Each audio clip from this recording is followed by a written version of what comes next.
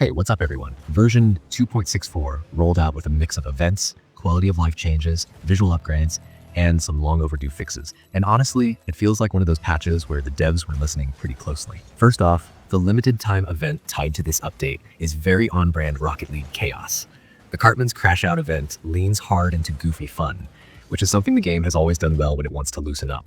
The rewards are clearly meant to be playful rather than competitive flex items, and that's not a bad thing at all.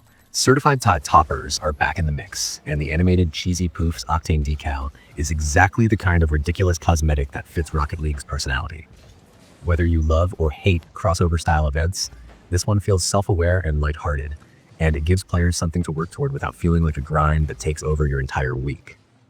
One of the biggest wins in this update, especially for longtime players, is the increase in preset slots. Jumping from 50 to 75 might not sound like a game changer if you only run a couple of cars, but if you're the type who constantly switches between designs, colors, and hitboxes, this is huge.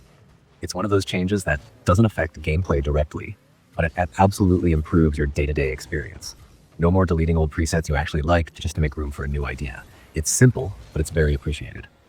Champions Field also gets a meaningful visual touch-up here, with banners added to celebrate the 2025 RLCS champions, both team-based and 1 versus 1. This kind of detail adds a sense of history to the arena, and it makes the competitive side of Rocket League feel more alive.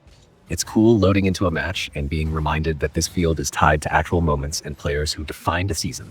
It doesn't change how the stadium plays, but it does change how it feels. And that matters more than people sometimes admit. Another underrated change comes in the form of tutorial behavior. If you've already completed the new player tutorial, the game won't keep forcing you through it when you switch platforms, with the exception of Xbox.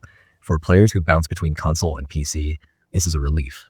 It's not fun being treated like you've never touched the game before when you've already put in hundreds or thousands of matches. This tweak respects player time, which is always a good look. Now let's talk about the Nintendo Switch 2 improvements, because this is easily one of the most technically interesting parts of the update. The graphic settings have been streamlined, removing the old performance versus quality toggle and instead focusing on more consistent targets. Docked mode is now locked at 1080p and 60 frames per second, which alone is a big deal for smoothness and clarity. Handheld mode aims for the same resolution and frame rate with dynamic scaling, meaning the game adjusts on the fly to stay smooth. Beyond that, textures are sharper, lighting looks more natural, ambient occlusion has been improved, and shadows are noticeably cleaner.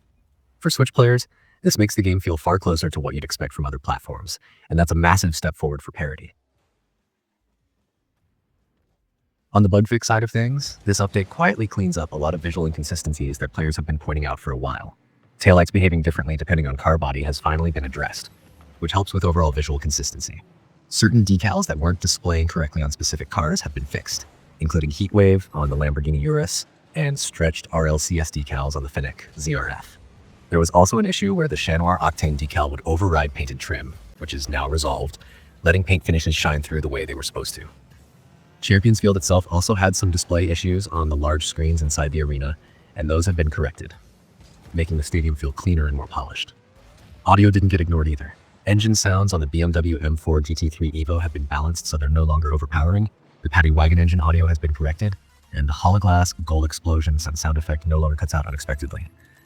Audio issues can be subtle, but when they're fixed, the game immediately feels better, a thin fry does, especially in a high-speed environment where sound cues matter more than people realize. Overall, this update mix of fun, respect for player time, technical refinement. It's not trying to reinvent Rocket League, and that's honestly a good thing. Instead, it smooths out rough edges, adds personality through events and arena details, gives players more freedom with customization and platform flexibility. If you're someone who plays regularly, these changes stack up in a way that makes each session just a bit more enjoyable, and that's exactly what a solid update should do.